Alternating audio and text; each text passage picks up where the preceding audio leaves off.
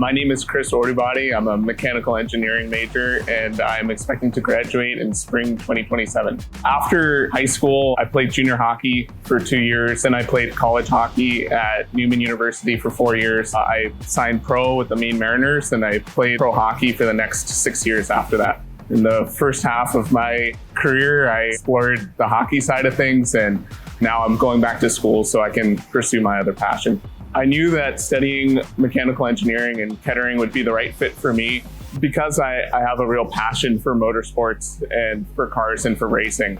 So I knew that with a mechanical engineering degree, I would get all of the foundational knowledge that I would need to pursue that passion. I was very fortunate to get a co-op in exactly what I want to pursue as a career.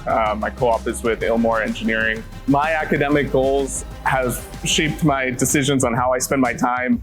Being part of the Formula SAE team has been just an awesome experience for me. I've been able to apply knowledge that I've learned in the classroom, some of the skills that I've learned through my co-op, and apply it to a project where there's less high stakes. After graduating, I hope to be in a trackside position, and I hope to be part of a team, and I hope to contribute to a team's success.